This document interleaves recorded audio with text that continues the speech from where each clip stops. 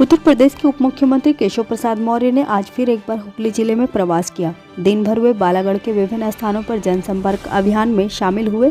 उसके बाद खमगारछी बाजार में भाजपा द्वारा आयोजित जनसभा को संबोधित करते हुए कहा कि हुगली जिले की 7 सीटों पर भाजपा के उम्मीदवार जीतेंगे, विरोधियों की जमानत जब्त हो जाएगी।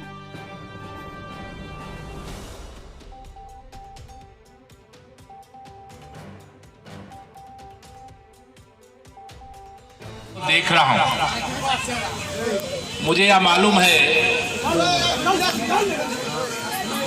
कि विधानसभा का चुनाव जिस दिन घोषित होगा और जिस दिन यहां पर आप सबको मतदान करने का मौका मिलेगा, 7 विधानसभा आपकी जिले में है।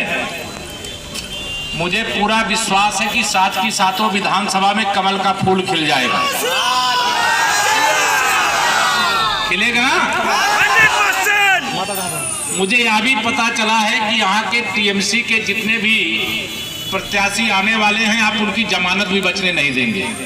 जमानत मतलब समझ रहे हैं? हाँ, बिल्कुल समझ रहे हैं।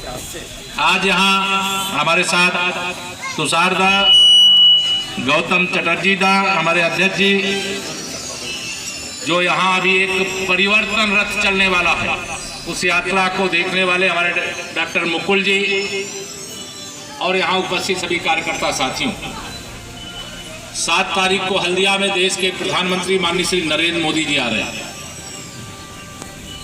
कल हमारे देश के गृह मंत्री माननीय अमित शाह जी को आना था, हावड़ा में नहीं आ पाए थे, लेकिन बहुत जल्द आने का उन्होंने आश्वासन दिया।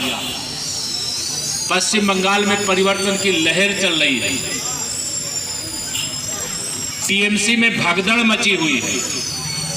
मतलब टीएमसी के लोग छोड़ करके भारतीय जनता पार्टी में आ रहे हैं, लेकिन किसी गुंडे और अपराधी को नहीं लिया जा रहा है। आप ध्यान रखना, भारतीय जनता पार्टी एक ऐसी पार्टी है जिसकी सरकार देश के अनेक राज्यों में चलती है।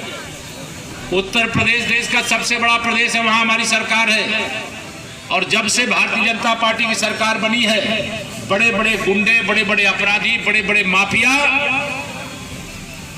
जो जमानत करा करके उस समय की सरकार की मदद से समाज के बीच में आकर के गुंडागर्दी करते थे, जब से योगी आदित्यनाथ जी की अगुवाई में भारतीय जनता पार्टी की सरकार बनी है, वही अपराधी, वही गुंडे, वही माफिया अपनी जमानत रद्द करवा करके जेल में जा चुके हैं, वापस जा चुके हैं।